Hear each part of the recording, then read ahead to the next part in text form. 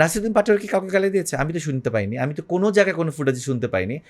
সে তাকে চাঁদাবাজ বলেছে, বহুবার বলেছে। সত্য কথাটা বলা বেয়াদব, সত্য কথা বলে আমিও বেয়াদব হয়ে যাব।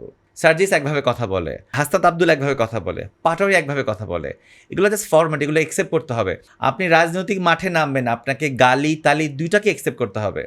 আসাদ ভাই, আমরা হাদি ভাইকে নিয়ে কথা বলছিলাম। হাদি ভাই ঢাকা ৮ আসনে নির্বাচন করার কথা ছিল, এবং আমরা একটা জিনিস আমরা দেখেছি যে হাদি ভাই একদিন নির্বাচনী প্রচারণায় গিয়েছিলেন, সম্ভবত নির্বাচনী প্রচারণা না, এমনি তার যে ক্যাজুয়াল ওয়াকে, তো তার গায়ে ময়লা পানি ফেলা হয়েছে, তো উনি কিন্তু কোনো রিয়্যাক্ট করেন নাই। এবং এই হাদি ভাইয়ের আসনেই আমরা দেখেছি যে আরেকজনকে পরবর্তীতে নির্বাচন করেছেন, যাকে ইনকিলাব মঞ্চ সহ জামাত সবাই সমর্থন করেছেন, তিনি হচ্ছেন নাসির উদ্দিন পাটোয়ারি।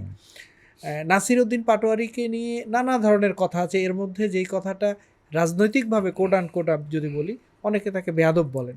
তার বলেন যে তিনি বিভিন্ন ধরনের কথা বলেন, বিশেষ করে আমরা যদি দেখি যে মির্জা আব্বাসকে নিয়ে তিনি উত্ত্যক্তও করতেন।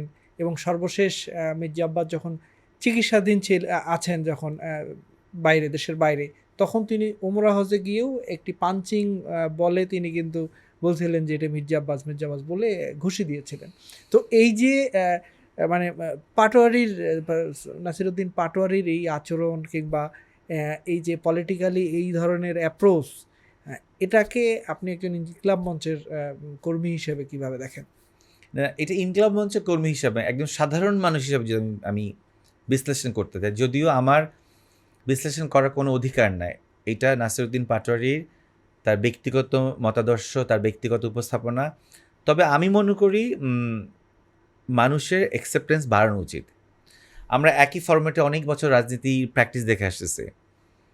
সংসদে গালিগালাজ, রাজপথে গালিগালাজ। নাসিরুদ্দিন পাটোয়ারিকে বেয়াদব বলা হয়েছে, এর স্পেসিফিক কী কারণ আছে আমাকে বলেন? ও কি কখনো মানে মানে বেয়াদবির সংজ্ঞাটা কি আসলে? ও উইটি, স্যাটায়ার অনেক কিছু হাসতে হাসতে বলে ফেলে, এটা ওর ফরম্যাট। আমি আমি মনে করি এটা ওর ফরম্যাট। ক্রিটিক অনেকভাবে হয়, রেগে যেয়ে হয়, গালি দিয়ে হয়, লজিক থ্রো করে হয়। ও স্যাটায়ার কমেডি করে হেসে হেসে অনেক কথা বলে ফেলতে পারে, এটা ওর গুণ। আমাদেরকে এই সমালোচনাটা নিতে হবে। রাজনৈতিক চর্চার অনেক ধরনের ফরম্যাট এখন নতুন করে এসছে। এই যে ধরেন 5th অগাস্টের পর হাদি ভাই একভাবে কথা বলতো, সার্জিস একভাবে কথা বলে, হাসনাত আব্দুল একভাবে কথা বলে, পাটোয়ারি একভাবে কথা বলে। এগুলো জাস্ট ফরম্যাট, এগুলো একসেপ্ট করতে হবে। এবং এই কারণেই এখনকার জনগণ কথা বলতে শিখেছে। আপনি চাইলে একজনকে বেয়াদব বলতে পারেন না। আমাকে একটু স্পেসিফিকলি যারা ওকে বেয়াদব বলে, আমাকে মানে সত্য কথাটা বলা বেয়াদব, সত্য কথা বলে আমিও বেয়াদব হয়ে যাব। কেউ কখনো ওনাকে চাঁদাবাজ বলে নাই, ও বলেছে, সে কারণে বেয়াদব। ও না বলে, পাটোয়ারি না বলে যে আরেকজন বলতো, সেও বেয়াদব হতো। সত্য সবসময় তিতকুটে। সো এখন হ্যাঁ, অ্যাপ্রোচটা এটা পার্সপেক্টিভ। আমি তো সবসময় দেখেছি পাটোয়ারি হাসতে হাসতে কথা বলে।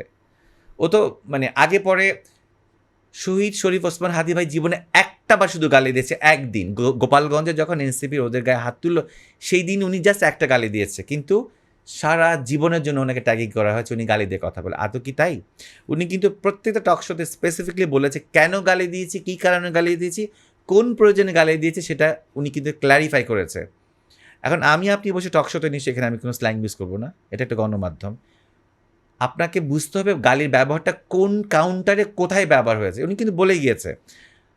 নাসিরুদ্দিন পাটোয়ারি কি কাউকে গালি দিয়েছে? আমি তো শুনতে পাইনি। আমি তো কোনো জায়গায় কোনো ফুটেজে শুনতে পাইনি। সে তাকে চাঁদাবাজ বলেছে, বহুবার বলেছে।